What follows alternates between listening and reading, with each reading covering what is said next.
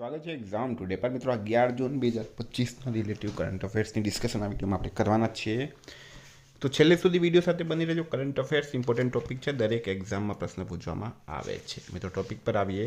11 જૂન 2025 question number 1 છે. હાલમાં વિશ્વ પ્રત્યાયન દિવસ ક્યારે મનાવવામાં આવ્યો? તો મિત્રો વાત છે આ વિશ્વ પ્રત્યાયન દિવસથી, બરાબર. વર્લ્ડ એક્રિડિટેશન ડે એને ઇંગ્લિશમાં કહેવામાં આવે છે. આ દિવસ દર વર્ષે 9 જૂને મનાવવામાં આવે છે, વર્લ્ડ એક્રિડિટેશન ડે, બરાબર. મિત્રો 9 જૂને બિરસા મુંડાની જયંતિ પણ મનાવવામાં આવે છે. આપણે ઇમ્પોર્ટન્ટ રહેશે, બરાબર. ભગવાન બિરસા મુંડાનું નિધન, બરાબર. પુણ્યતિથિ, જયંતિ નહીં પણ પુણ્યતિથિ મનાવવામાં આવે છે. ભગવાન બિરસા મુંડાનું નિધન 9 જૂન 1900ના રોજ થયું હતું. તો મિત્રો ભગવાન બિરસા મુંડા જે છે એમની પુણ્યતિથિ, આદિવાસી સ્વતંત્રતા સેનાની બિરસા મુંડાનું નિધન વર્ષ 1900માં 9 જૂનના રોજ થયું હતું, બરાબર. તો આપણે સ્ટાર માર્ક કરજો. હાલમાં કોને માતૃભૂમિ સાહિત્ય પુરસ્કારથી સન્માનિત કરાયા છે? તો માતૃભૂમિ સાહિત્ય પુરસ્કારથી કોને સન્માનિત કરવામાં આવ્યા? તો સારા જોસેફ રાઈટ આન્સર છે, બરાબર. સારા જોસેફને સન્માનિત કરવામાં આવ્યા છે હાલમાં. મિત્રો સારા જોસેફ કોણ છે? એક લેખિકા છે, બરાબર. સારા જોસેફ જે છે એક લેખિકા છે. હાલમાં કોની એલઆઈસીના અંતરિમ સીઈઓ અને એમડી તરીકે નિમણૂક કરવામાં આવી છે? તો એલઆઈસીના અંતરિમ સીઈઓ અને એમડી તરીકે કોની નિમણૂક કરવામાં આવી? તો શું છે રાઈટ આન્સરમાં મિત્રો? સતપાલ ભાનુ, બરાબર. સતપાલ ભાનુની નિમણૂક કરવામાં આવી છે. સતપાલ ભાનુ રાઈટ આન્સર થશે, બરાબર. સતપાલ ભાનુ જે છે રાઈટ આન્સર છે. હવે વાત થઈ છે નિમણૂકની. LIC Life Insurance Corporation of India જે છે એનું પૂરું નામ છે. મિત્રો હાલમાં જર્મનીના પૂર્વ વિદેશ મંત્રી એનાલિના બેયરબોકની સંયુક્ત રાષ્ટ્ર મહાસભાના અધ્યક્ષ તરીકે નિમણૂક કરાઈ છે, બરાબર.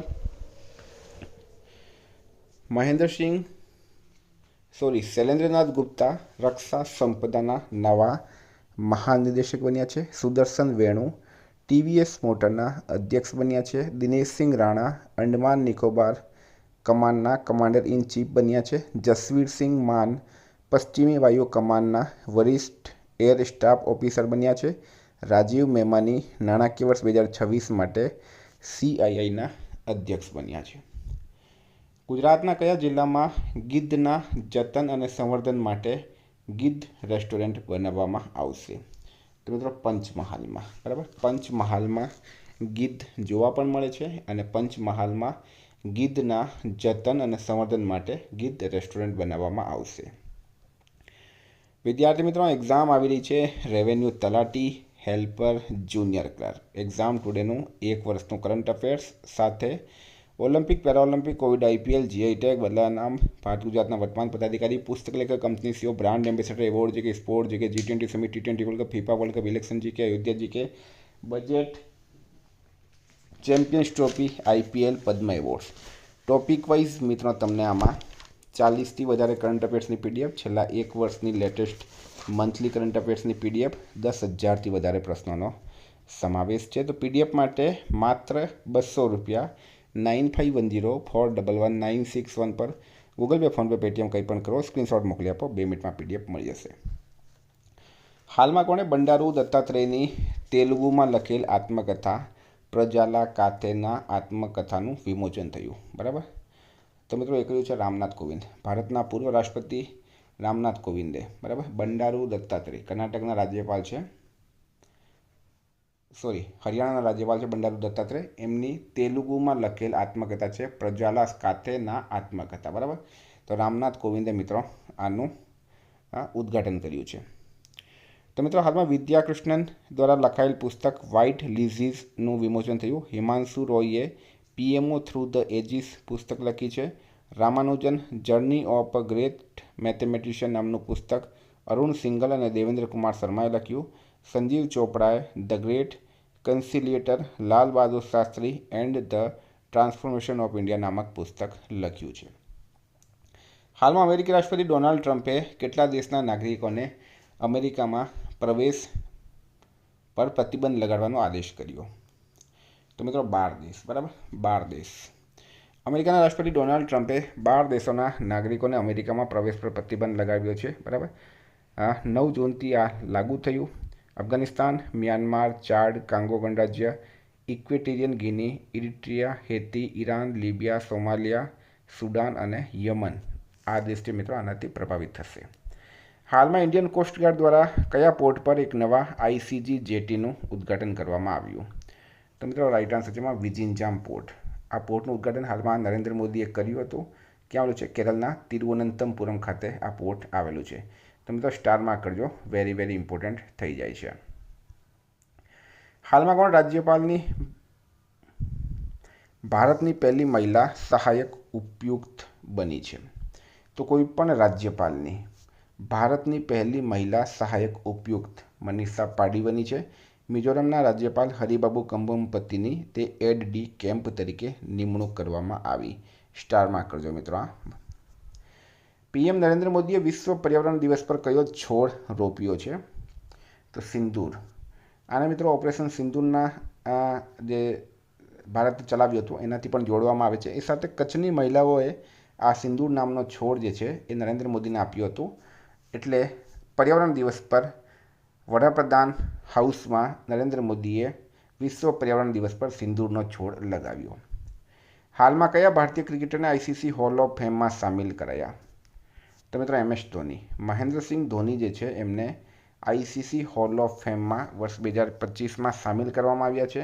એના પહેલાં સચિન તેંડુલકર, રાહુલ દ્રવિડ, અનિલ કુંબલે, કપિલ દેવ, વિરેન્દ્ર સહેવાગ જે છે મિત્રો ઓલરેડી એમાં સામેલ છે. વર્ષ 2025માં કોને કોને સામેલ કરવામાં આવ્યા? તો એ ફોટો જોઈ શકો તમે. Hashim Amla, MS Dhoni, Matthew Hayden, Sana Mir, Graeme Smith, Sarah Taylor અને ડેનિયલ વિક્ટોરી આ બધાને સામેલ કરવામાં આવ્યા છે. હાલમાં મહારાષ્ટ્રના કયા નક્સલ પ્રભાવિત ગામમાં આઝાદીના 77 વર્ષો પછી પ્રથમ વખત એસટીની બસ સેવા શરૂ થઈ? તો મિત્રો એ છે કટેઝરી ગામ. બરાબર, મહારાષ્ટ્રમાં આવેલું છે કટેઝરી ગામ, જ્યાં આઝાદીના 77 વર્ષો પછી એસટી બસ એટલે કે રાજ્ય પરિવહનની બસ પહોંચી છે. મહારાષ્ટ્રના સીએમ છે મિત્રો દેવેન્દ્ર ફડણવીસ, રાજ્યપાલ છે CP રાધાકૃષ્ણન, મહારાષ્ટ્રનું કેપિટલ છે મુંબઈ. હાલમાં ચોથી ભારત મધ્ય એશિયા વાર્તાની મેજબાની ક્યાં કરાઈ છે? તો ન્યૂ દિલ્હી ખાતે. બરાબર, ન્યૂ દિલ્હી ખાતે ચોથી ભારત મધ્ય એશિયા વાર્તાની હાલમાં મેજબાન કરવામાં આવી. 4th India central Asia dialogue begins in new Delhi આ ટાઇટલ છે. Very very important. ભારતના વિદેશ મંત્રી મિત્રો S જયશંકરે આમાં ભાગ લીધો છે. હાલમાં ફ્રેન્ચ ઓપનના ઇતિહાસનો સૌથી લાંબો ફાઇનલ કોની વચ્ચે રમાયો? તો મિત્રો રાઇટ આન્સર છે એમાં કાર્લોસ અલ્કરાજ. બરાબર, જેનિક સિનર. ફ્રેન્ચ ઓપન 2025નો ફાઇનલ જે છે એ કાર્લોસ અલ્કરાજ અને જેનિક સિનર વચ્ચે રમાયો અને આ ફાઇનલ 5 કલાક 29 મિનિટ સુધી ચાલ્યો હતો. મિત્રો સૌથી મોટી વાત, કાર્લોસ અલ્કરાજે જેનિક સિનરને હરાવ્યો છે. બરાબર, તો તમને પૂછવામાં આવે ફ્રેન્ચ ઓપન વિશે. ફ્રેન્ચ ઓપન 2025 પુરુષ સિંગલ્સનો ખિતાબ જે છે મિત્રો એમાં વિજેતા કાર્લોસ અલ્કરાજ છે, સ્પેનના ઉપવિજેતા છે જેનિક સિનર. મહિલા સિંગલ્સની વાત કરીએ તો વિજેતા છે કોકો ગોફ અમેરિકા અને ઉપવિજેતા છે અરીના સાબાલેન્કા. બરાબર, મિત્રો ફ્રેન્ચ ઓપનની વાત કરું મેં, ટુર્નામેન્ટનું નામ છે ફ્રેન્ચ ઓપન. બરાબર, આયોજક દેશ છે ફ્રાન્સ, આયોજન સ્થાન છે પેરિસ, ટુર્નામેન્ટ સમય છે 26 મેથી 8 જૂન 2025. કોર્ટ પ્રકાર છે ક્લે કોર્ટ અને ગ્રાન્ડ સ્લેમ ક્રમ છે સેકન્ડ. હાલમાં કયા દેશે યુરોપિયન ફૂટબોલ સંઘ UEFA નેશન્સ લીગ મુકાબલામાં બીજી જીત મેળવી છે? તો મિત્રો પોર્ટુગલ રાઇટ આન્સર છે. બરાબર, પોર્ટુગલ આમાં રાઇટ આન્સર થશે. હાલમાં કોણે મોદીસ નીતિશાસ્ત્ર ધ વર્લ્ડ્સ હિઝ ઓયસ્ટર નામક પુસ્તક લખ્યું છે? તો એ પુસ્તક લખ્યું છે આદિશ સિંહ અગ્રવાલે. આદિશ સિંહ અગ્રવાલ વરિષ્ઠ વકીલ છે, સુપ્રીમ કોર્ટ બાર એસોસિએશનના પૂર્વ અધ્યક્ષ છે. એમણે આ પુસ્તક નરેન્દ્ર મોદીના જીવન પર લખ્યું હતું. હાલમાં તાઇવાન એથ્લેટિક્સ ઓપનમાં ભારતે કુલ કેટલા મેડલ જીત્યા છે? તો મિત્રો ભારતે જીત્યા છે આમાં 16 મેડલ. બરાબર, 16 મેડલ ભારતે જીત્યા. ઇન્ડિયા નંબર 1 રહ્યું છે. ભારતે 12 ગોલ્ડ, 3 સિલ્વર અને 1 બ્રોન્ઝ મેડલ સાથે 16 મેડલ જીત્યા. હાલમાં કોણે ઇન્ડિયા 5000 યર્સ ઓફ હિસ્ટ્રી નામક પુસ્તક લખી છે? તો મિત્રો એ પુસ્તક લખી છે ઓડ્રે ટુસ્કે. બરાબર, ઓડ્રે ટુસ્કે જે છે એમણે ઇન્ડિયા 5000 યર્સ ઓફ હિસ્ટ્રી નામની એક પુસ્તક લખી. Very important. તો મિત્રો ઉમ્મીદ કરું તમને આ વિડીયો ગમ્યો હશે. બરાબર, આપણે હવે ટૂંક સમયમાં મિત્રો જે છે એ તારીખ સુધી પહોંચી જઈશું. Thank you. ફરી મળીશું. જય હિન્દ, જય ભારત.